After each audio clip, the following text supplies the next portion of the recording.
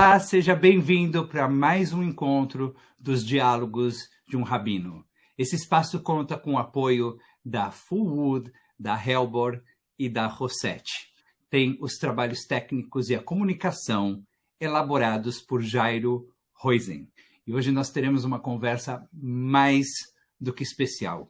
Historiador e doutor em História Social pela USP, membro da Academia Paulista de Letras e professor da Unicamp por mais de 20 anos, Leandro Carnal é autor de best-sellers como O Inferno Somos Nós e O Dilema do Porco-Espinho. Tem seu próprio canal no YouTube, o Prazer Carnal. É âncora do programa Universo Carnal na CNN Brasil e assina a coluna fixa no jornal O Estado de São Paulo. Em todas essas mídias se destaca pelo caráter analítico e opinativo. Seja bem-vindo, Leandro Carnal. Muito obrigado, Rabino Michel. É uma honra falar de novo agora ao longe. Não conseguimos nos encontrar em Nova York, minha agenda estava tomada, mas é sempre um prazer voltar a conversar com o senhor e com a comunidade que nos acompanha.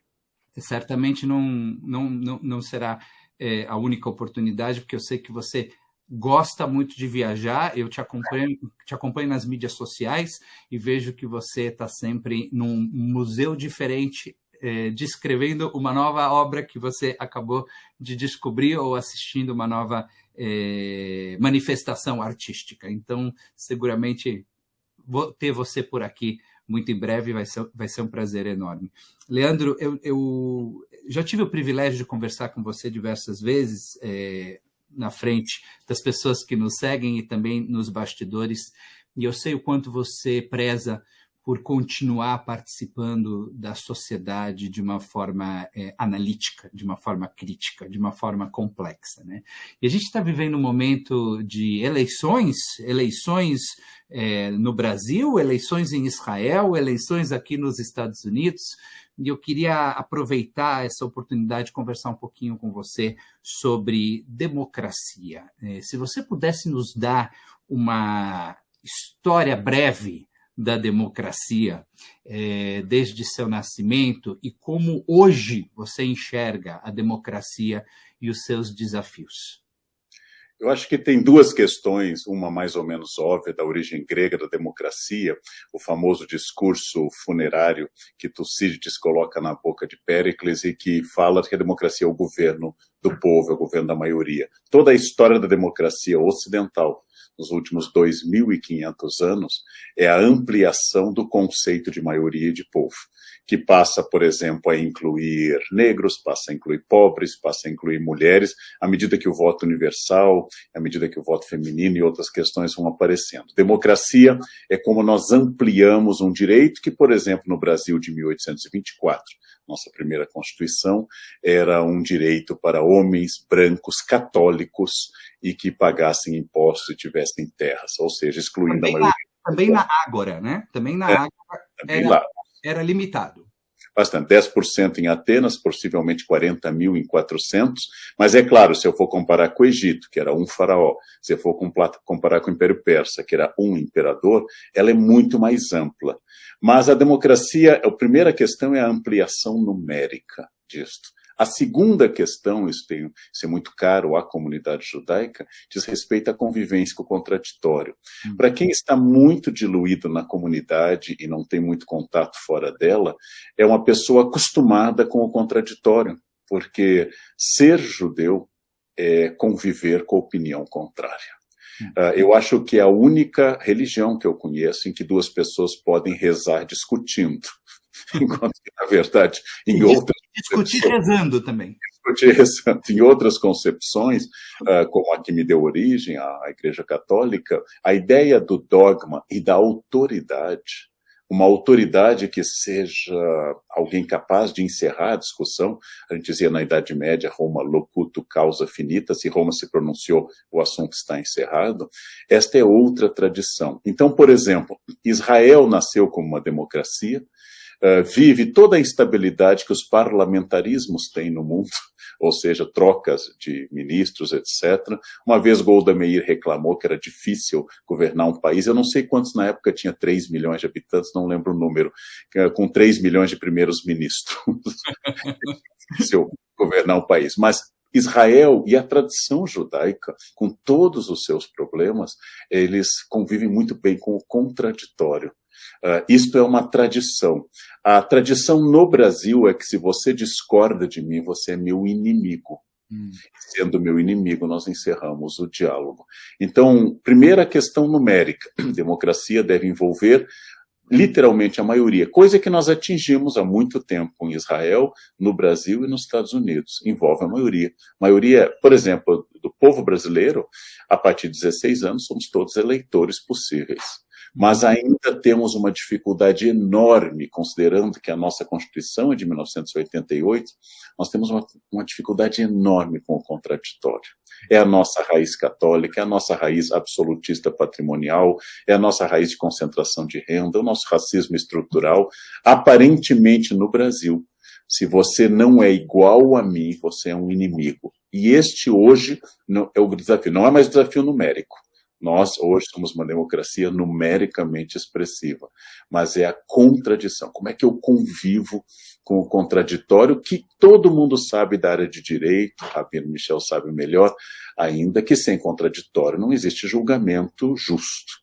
Sem a existência de um lado e de outro expondo prós e contras, não existe um julgamento justo, existe um julgamento de exceção, sumário, uma execução de ditadura.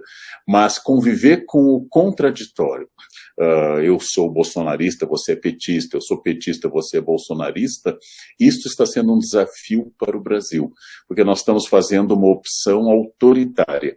Se você não concorda comigo, você deve sair do país, você deve ser eliminado, você não tem direito a existir neste país. Fora a ressurreição de práticas abomináveis, como promover boicotes de lojas assinalados com uma marca, porque você é meu inimigo, então nem a sua loja eu compro. Isso é um pouquinho Noite dos Cristais que nós estamos convivendo arduamente nesse momento.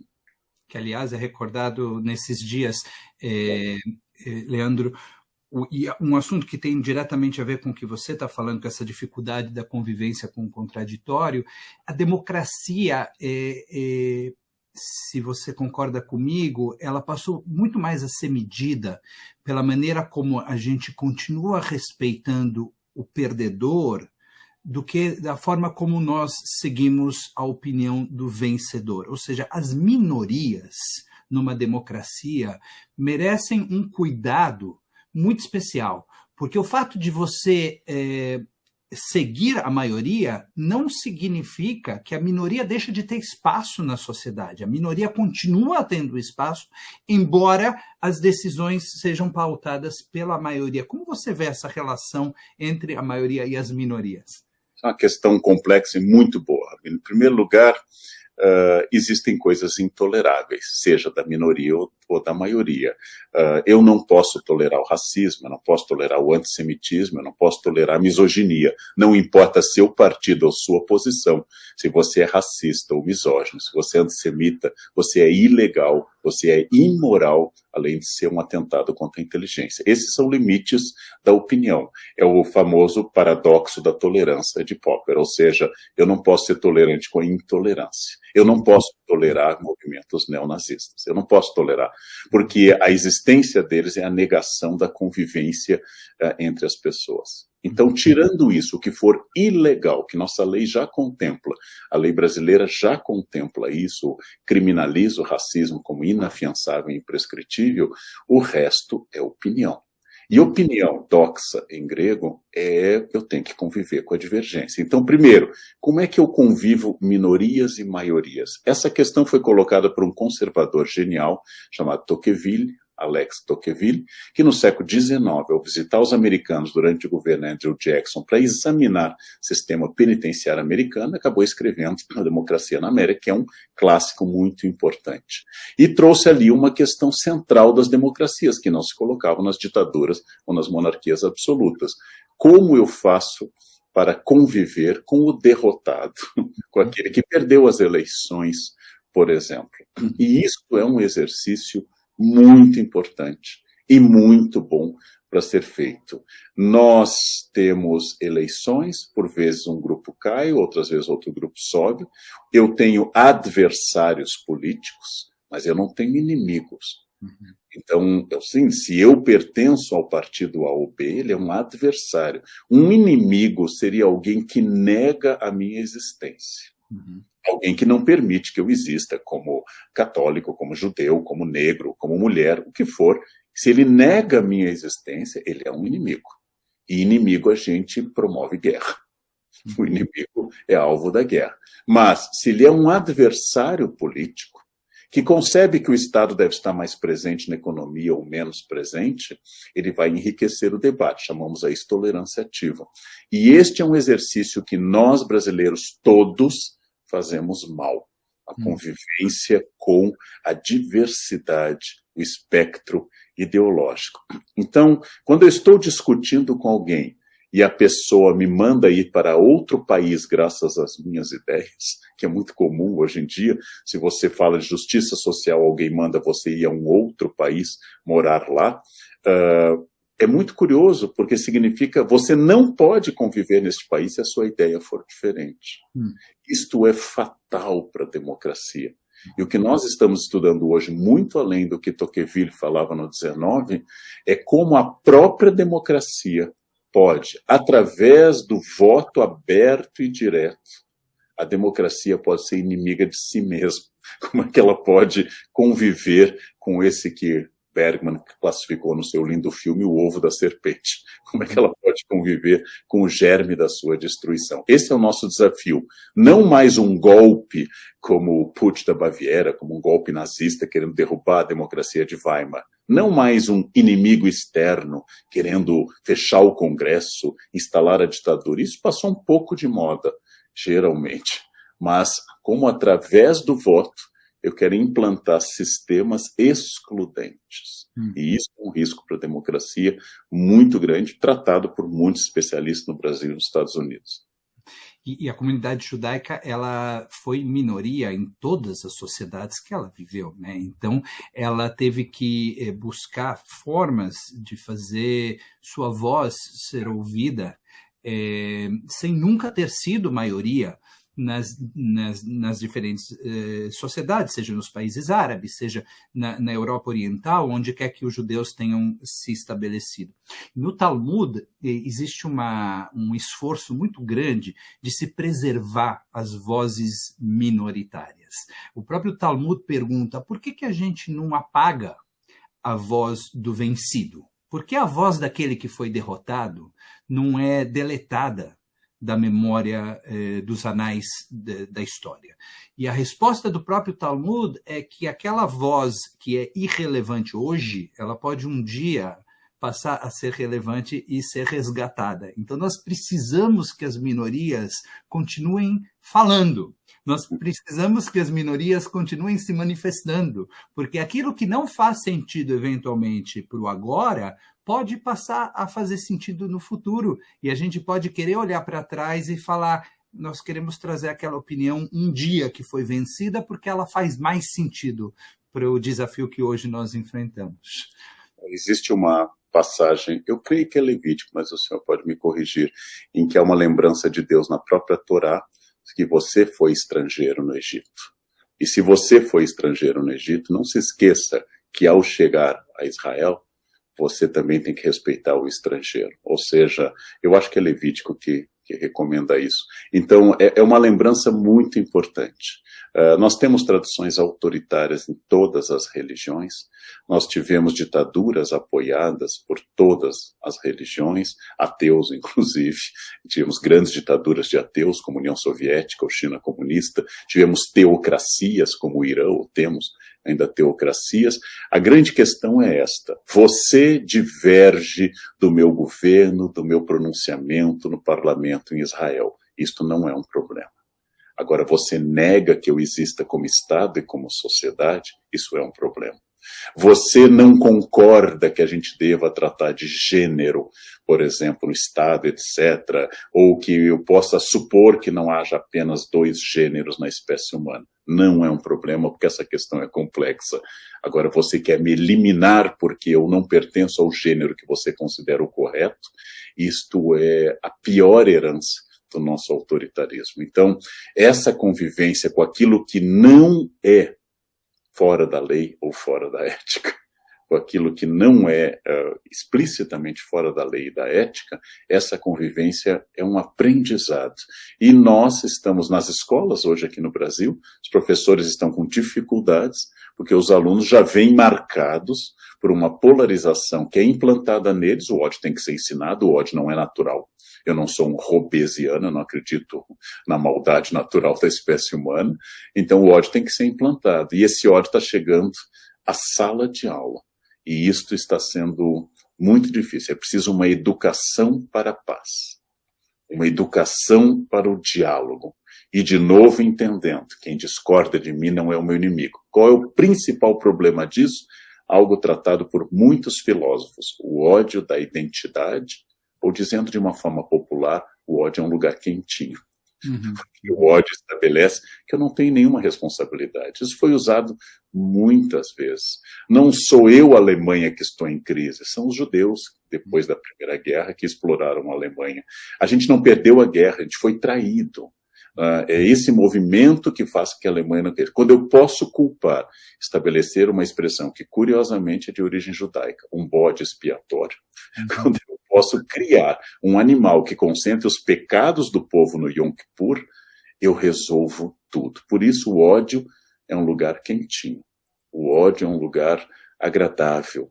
E ele é muito mais agradável que a convivência com a divergência. É muito mais fácil implantar um sistema de ódio do que um sistema de diálogo. Por isso que o ódio está sempre ao nosso alcance. Né? Tudo é causado pelo outro. E mesmo quando aquilo contraria os próprios números. Né? Aqui eu escuto, às vezes, em São Paulo, que o problema da atual eleição foram os votos do Nordeste. Ora, a maioria absoluta da população brasileira está no Sudeste. Se eu implantasse um candidato majoritário no Nordeste, o que não aconteceu, eu ainda teria que conquistar uma parte expressiva dos votos do Sudeste, onde está a maioria da população. Sozinha, São Paulo tem mais habitantes, a cidade, do que a maioria dos estados. Então, a ideia de que a culpa vem do outro, esta é uma ideia que às vezes contraria o próprio dado objetivo e direto. Então, esse é um aprendizado. Nós estamos fazendo isso com dificuldade dos dois lados, a dificuldade de conviver com o fato de que democracia não é o silêncio de uma voz, mas democracia é a polifonia. E essa polifonia está sendo difícil nesse momento. Dá muito trabalho tentar entender o outro, tentar se colocar no lugar do outro. E eu costumo dizer, Leandro, e acho que você vai concordar, que a gente precisa estar seguro da gente para poder estabelecer um diálogo com o outro. Porque aquele que está inseguro demais das suas próprias convicções e dos seus próprios valores, o encontro com o outro vai sempre significar uma ameaça. Vai ser sempre muito amedrontador ouvir o outro se eu não estiver de bem comigo mesmo. Ao mesmo tempo, eu não posso estar de bem comigo mesmo demais, a ponto de estar fechado e não poder ouvir e revisitar minhas próprias convicções. Então, eu preciso ter certa segurança, mas essa segurança precisa estar aliada a uma dose de dúvida, porque é essa dose de dúvida que vai permitir que o outro exerça uma influência sobre minhas convicções quando for o caso. E esse é um equilíbrio muito tênue. Você precisa encontrar pessoas seguras, mas que permaneçam com uma brecha aberta para que o outro possa impactá-las. E eu acho que por isso que o diálogo é tão raro, o monólogo é tão presente. Essa conversa que a gente está tendo aqui acontece dentro de um contexto chamado Diálogos de um Rabino. E minha proposta é convidar pessoas queridas como você, Leandro, para que a gente possa estabelecer um diálogo aqui. Eu queria passar para o próximo tema, que é o tema das fake news, tão importante durante o período das eleições e sempre, e ouvir de você o que as chamadas fake news são diferentes da fofoca, que sempre houve e sempre existiu em toda a sociedade, desde os tempos mais remotos até hoje em dia. De que forma hoje as fake news nos ameaçam mais do que a fofoca um dia nos ameaçou? Uma excelente questão. Roma, cidade que eu gosto muito, onde passarei o final do ano, tem uma estátua do lado da Piazza Navona, perto da Embaixada do Brasil. Essa estátua se chama Pasquino, de onde vem a palavra pasquim em português. Essa estátua tem uma boca relativamente aberta e ali os críticos dos papas colocavam na boca da estátua poemas satíricos, falando mal de Leão X, de Júlio II, falando mal dos papas do Renascimento ou do Barroco, quando os papas tinham poder político. O pasquim passou a ser uma forma de você reagir durante um governo autoritário, centralizado e que não permite oposição, como era o papado na Idade Moderna. Ele passa a conviver com uma maneira de eu atacar, através da crítica, atacar uma autoridade que não dá outra voz, que não me permite outra voz. Esta é uma questão. E, às vezes, o uso da mentira na política, ela existe há muito tempo, inclusive nas eleições da Roma Antiga. Era muito frequente pagar caluniadores para fazerem pichações, como eu acompanhei em Pompeia, durante uma eleição. Ou seja, lá estão as marcas de que você calunia o candidato com acusações de vida sexual devassa ou qualquer outra coisa. Agora, o que é hoje diferente é que se durante a Roma dos Papas não havia espaço para polifonia de vozes, e havia censura oficial, inclusive instituída pelo Concílio de Trento, o que nós temos hoje é um tipo de luta contra a verdade pelo excesso. Eu posso sufocar a verdade pela censura, a forma mais antiga e comum, ou eu posso sufocá-la pelo excesso. Ou seja, eu dou tantas fontes e tantas versões que eu elimino a chance de acesso à ideia da verdade. As redes sociais criaram a possibilidade de eu introduzir um excesso de informações.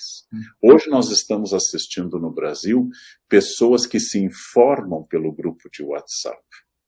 E como existe uma adesão emocional à verdade e não crítica, muito analisada no livro A Alma Moralista, de um norte-americano, de um psicólogo chamado Hartung, a alma moralista trata exatamente da adesão emocional à verdade, que não entra no meu cérebro dadas as evidências pró ou contra. Ela entra no meu cérebro dada a minha adesão emocional. Por isso, aquilo que confirma o meu viés é aceito como verdade, e o que contraria é aceito como mentira. Isso existe em todos os campos. O médico diz que eu tenho um tumor maligno, eu vou ver outro médico, até achar um médico que me dê a notícia que eu quero ouvir. Quando, na verdade, eu posso ouvir um outro médico, a questão é grave, uma segunda opinião é sempre simpática, mas existe um processo de negacionismo. O negacionismo, ele existe em muitos campos, desde o negacionismo do Holocausto até negacionismo climático, é que eu quero a verdade que me seja conveniente. E essa verdade, graças às redes sociais, essa verdade conveniente faz o sucesso das fake news. Há profissionais, escritórios de ódio produzindo fake news. E isto é a novidade, a escala de dissolução do critério da verdade. E mais, tomar casos isolados. Por exemplo, eu tenho uma amiga muito culta que acompanha jornais em vários lugares do mundo, então ela ouve falar que numa cidade pequena da Itália, estou descrevendo um caso concreto, um médico experimentou o medicamento X e se curou de coronavírus. Ora, um médico ter se curado não constitui ciência. Ele pode ter se curado porque tomava todinho, ou vinho tinto, ou queijo branco, porque não há um acompanhamento científico, mas ele atribui a um medicamento. Não foi feito um estudo, não foi feito o uso de um placebo, duplo cego, tudo que pede um método científico. Mas um médico se curou, e ele atribui a um medicamento. E o caso é real, não é uma fantasia, não é uma mentira, ele se curou. Então, aquele medicamento passa a ser dado como a solução para o problema. Então é esta verdade travestida de mentira conveniente, essa mentira travestida de verdade conveniente também, que hoje torna esse universo de fake news. É muito grave, porque nós não conseguimos fazer as pessoas introduzirem a dúvida sistemática, que dá origem à ciência moderna com Descartes, o método científico de Galileu, de duvidar, perguntar e fazer um questionamento. Nós não conseguimos. A pessoa recebe, nós tivemos notícias variadas nos últimos dias, eu estou em um grupo, eu recebo uma notícia que favorece meu grupo e já agradeço a Deus de joelhos que aquilo aconteceu. Né? Bem, é patético, claro, é patético, mas é assustador. Exatamente. E, ao mesmo tempo, é assustador que não exista um critério de validação da verdade, usando uma palavra difícil hoje, não exista um rigor epistemológico de validação de uma verdade e as pessoas, de fato, acreditam no que desejam acreditar. E isso talvez seja uma das grandes doenças do nosso tempo. Leandro, eu estava lendo um artigo recentemente sobre a dificuldade daqueles eleitores que sempre votaram para a esquerda, de considerar a ideia da direita, ou eleitores que sempre votaram para a direita, de considerar a ideia da esquerda, que é uma ponte muito difícil de se atravessar. Você normalmente está aberto só para os argumentos que são os argumentos conhecidos e das pessoas que você tradicionalmente acompanha e gosta.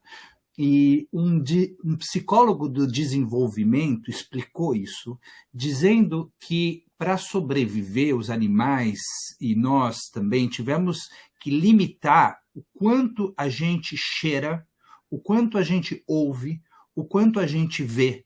Porque se a gente cheirasse todos os cheiros da floresta, ou a gente ouvisse todos os barulhos da floresta, ou a gente visse tudo, a gente não teria como selecionar aquilo que é mais importante para a nossa sobrevivência e para a nossa proteção. Então, existe uma razão do desenvolvimento humano do porquê que a gente tende a limitar o nosso horizonte. Por que a gente tende a olhar de uma forma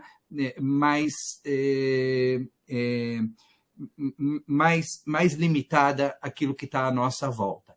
E exige um esforço muito grande da nossa parte de combater essa limitação, de falar, não, espera um pouquinho, eu vou deixar de escutar só aquilo que está sendo falado pela minha tribo e vou também ouvir o que está sendo falado nas outras tribos. E vou considerar, eventualmente, eu sempre votei para a esquerda, dessa vez eu vou votar para a direita. Eu sempre votei para a direita, dessa vez eu vou votar para a esquerda, porque o candidato que está lá faz sentido, porque as propostas são interessantes, né? Como você vê essa dificuldade nossa de sair desse lugar conhecido? Eu acho que além de uma explicação que seria mais antropológica e de evolução humana, que o Hart no livro Alma Moralista traz, porque para sobreviver o mais importante não foi que eu me tornasse um cientista. Para sobreviver o mais importante é que eu tivesse apoio do meu grupo. Sem o apoio do meu bando, período pré-histórico, do meu clã, do meu grupo, eu não teria sobrevivido. Então, o mais importante é estabelecer um vínculo com o grupo do que atender à verdade. Eu prefiro ser membro de um grupo do que estar com a razão, porque isto vai me fazer sobreviver. Por isso que o elefante, que diz o autor, domina nosso cérebro, ele não faz adesão racional. Ele faz uma adesão estratégica. Eu estou no meu grupo de Zap, de WhatsApp. Este grupo é a favor de uma coisa X. Então é mais importante que eu pertença àquele grupo e ouça os argumentos daquele grupo, que vão criar o que a gente chama de eco, ou seja, eu tenho uma opinião, o grupo também tem, aí parece que minha opinião fica sólida por isso. Há anos, muito antes dessa situação atual, eu dava palestras em um clube de elite de São Paulo, e uma senhora inimiga do presidente, então, no poder, dizia, professor, eu não entendo. Aqui no clube todo mundo é contra esse presidente. Eu vou para Miami e lá no condomínio, onde há muitos brasileiros, todos são contra esse presidente. E mais, a revista que eu assino, e ela identificou a maior revista brasileira, denuncia esse presidente diariamente. Como é que alguém vota nele? Eu disse, porque talvez nem todo mundo pertença a esse clube, nem todo mundo vá a Miami e nem todo mundo leia a sua revista. Leve em conta que há outros clubes, outras cidades e outras fontes de informação. E ela era sincera, ela não era uma mulher mentindo. Todo o universo dela, naquele clube, era contrário. E ela não conseguia perceber que havia outras camadas do real. Outras camadas do real. É uma síndrome de bovarismo, fazendo referência a Madame Bovary, é uma síndrome de Maria Antonieta, como talvez injustamente a esposa de Luís XVI tenha ficado conhecida. É quando eu estou cercado em determinado mundo, de esquerda ou de direita, tanto faz, eu estou cercado no meu Palácio de Versailles, que pode ser de esquerda ou de direita, e eu só recebo informações daquilo. Então não se consegue pensar. E eu já conheci os catequistas dos dois lados, quer dizer, eu vivo no mundo, inclusive corporativo, mas venho da universidade, onde predomina um pensamento de esquerda na área de humanas.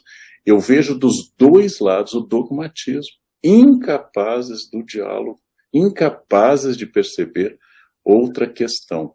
Um pouco da psicologia das massas? É um pouco a psicologia das massas, um pouco também de um crítico ainda antes da ascensão do fascismo, de Reich, né, trabalhando a psicologia de massas do fascismo. Quando alguém diz o que eu quero ouvir, que é a força do líder populista, ou até do líder nazista, fascista, quando alguém diz o que eu quero ouvir, seja ele alguém de esquerda ou de direita, eu faço uma adesão à crítica. Uhum. E paro, inclusive, de avaliar a qualidade dessa pessoa. Porque é claro que se eu sou um defensor da família, o modelo que me vem à cabeça, pegando a política norte-americana, era o presidente Jimmy Carter, batista, frequentador da igreja, com a sua filha Amy, indo à igreja todo domingo. Se eu sou um defensor da família, estou casado há 40 anos com a mesma mulher, tenho filhos e netos, isso é um perfil. Essa pessoa, então, teria pelo menos o physique de rôle, teria o tipo físico para ser o defensor da família. Mas tanto nos Estados Unidos como no Brasil, nós temos defensores da família no quinto casamento, com filhos variados. É estranho isso, né? É estranho que nem o physique de rôle mais, nem o tipo físico a gente esteja exigindo das pessoas. Né? Eu sou contra a presença do Estado, mas vivi a vida inteira ligado ao Estado. Eu sou a favor da livre iniciativa, mas nunca tive nenhuma, minha vida inteira, nunca empreendi. Então, falta essa coerência lógica mínima para eu pensar. Em primeiro lugar, combina a fala com a prática, aquilo que no cristianismo a gente chama de farisaísmo. Né? Por fora proclamam que seguem a Deus, por dentro são hipócritas, opressores de viúvas e assim por diante. Essa ideia social que está nos radicais, por exemplo, da Bíblia, como Amós é a extrema esquerda do Antigo Testamento, Amós é o profeta da esquerda, e que está presente de vez em quando na fala de Jesus, é muito curioso, porque as pessoas entendem que se alguém fala em justiça social, só pode ser porque é marxista, ou porque é comunista, ou porque quer destruir a família. É isso que é curioso. E mais para mim, que não fui marxista nem na idade certa, que é a juventude, nem na idade certa eu fui adepto da teoria marxista, é mais curioso porque eu escuto muito isto, não? Ao falar de problemas estruturais do Brasil, as pessoas me dizem, você é comunista. Não fui comunista nem quando eu era jovem, muito menos agora. Mas algumas coisas saltam aos olhos. Eu posso analisar criticamente essas coisas, ou quero analisar criticamente, mas de fato essa posição é um grande desafio hoje. Você citou os papas e Roma, eu queria te perguntar se você acredita que essa tomada de decisão do Papa Francisco de abrir os arquivos do Vaticano para que os historiadores possam se debruçar sobre os documentos que falam sobre a participação do Vaticano durante a Segunda Guerra Mundial e a eventual omissão ou mesmo colaboração de Pio XII com o nazismo, se essa atitude corajosa do Papa Francisco deve revelar algo surpreendente. Eu vou lembrar como historiador que a primeira vez que os arquivos do Vaticano foram abertos a historiadores não religiosos foi com o Papa Pio XII, dizendo que a Igreja não teme a história. Eu, pela minha experiência de arquivos religiosos, inclusive do Vaticano, os arquivos são abertos, mas o seu acesso não é absoluto. Isso não, você não tem acesso absoluto a praticamente nenhum arquivo, mas naturalmente, se eu estou abrindo os arquivos e eu sou uma instituição de poder, naturalmente eu não sou louco a ponto de um tiro no pé. A figura de Eugênio Pacelli, o Papa Pio XII, é uma figura com ambiguidades. É uma figura com bastante... Aliás, como a Igreja durante a Segunda Guerra tem os protetores de comunidades judaicas, tem aqueles que arriscaram sua vida e até morreram em campos de concentração por isso, como Maximiliano Kolbe. Nós temos os padres que estão lá no Jardim dos Justos, em Jerusalém, e tem colaboracionistas em grande quantidade também. A figura exata de Pio XII é a figura clássica de um Papa que lutou para manter a sua instituição, a Igreja Católica. Não é que Pio XII fosse particularmente ou antissemita ou antinazista, mas Pio XII tem uma coisa maior do que a comunidade judaica ou a Alemanha nazista. Para ele é a manutenção da Igreja e dos seus poderes. Por isso que Pio XII fica tão perturbado com os documentos dos bispos da Holanda ou da Alemanha contra o nazismo, porque escaparam ao seu controle. Mas é claro que é uma ambiguidade muito grande. É bom que lentamente nós estejamos abrindo. Lembrando que o Papa João Paulo II, hoje santo, abriu o precedente ao pedir desculpas a Galileu. Levou quase 350 anos, mas tem gente que é mais lenta nesse pedido de desculpas.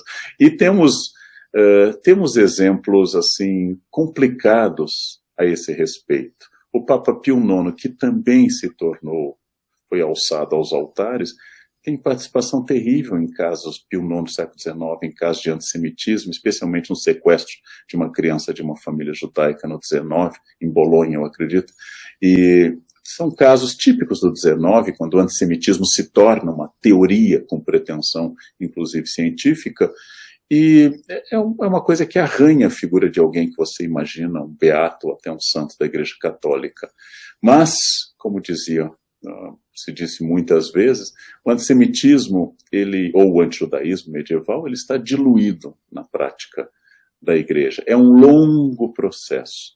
A liderança católica não expressa mais opiniões abertamente antissemitas. Ainda na década de 60, saiu das orações de Sexta-feira Santa a expressão pérfidos judeus. Saiu na década de 1960 essa expressão do rito de Sexta-feira Santa. A Sexta-feira Santa era um momento de grande angústia nas comunidades judaicas medievais e modernas, porque os ataques aos grupos judaicos eram muito fortes na Sexta-feira Santa. Então, essa é uma ferida histórica que eu sinto genuína sinceridade no Papa Francisco, como eu senti já em João Paulo II, hoje santo para os católicos. Mas a decisão de um Papa não vai mudar uma tradição que precisa de uma reeducação para a diversidade.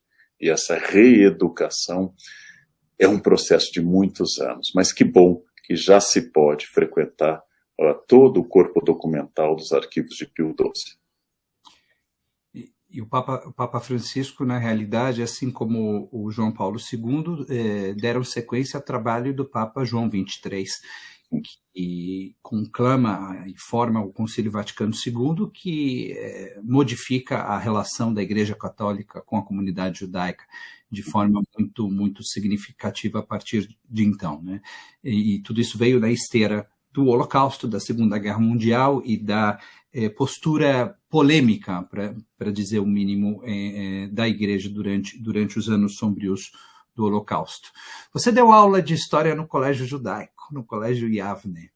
E eu, quando estudei História, a gente tinha muito mais personagens que eram bandidos de um lado e mocinhos do outro do que a possibilidade de analisar de forma complexa a história. Isso mudou? Hoje o ensino da história nos colégios brasileiros é um ensino complexo?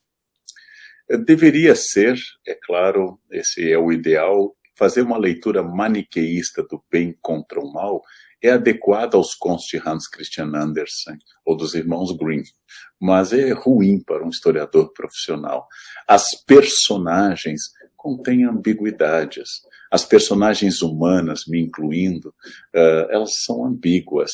Então nós temos luzes e sombras, temos absolutamente possibilidades enormes de maldades e de bondades. Quando eu estudo a figura de Churchill, um homem extraordinariamente estratégico para vencer a barbárie do fascismo, eu sou um homem que admiro Churchill como líder entre 40 e 45.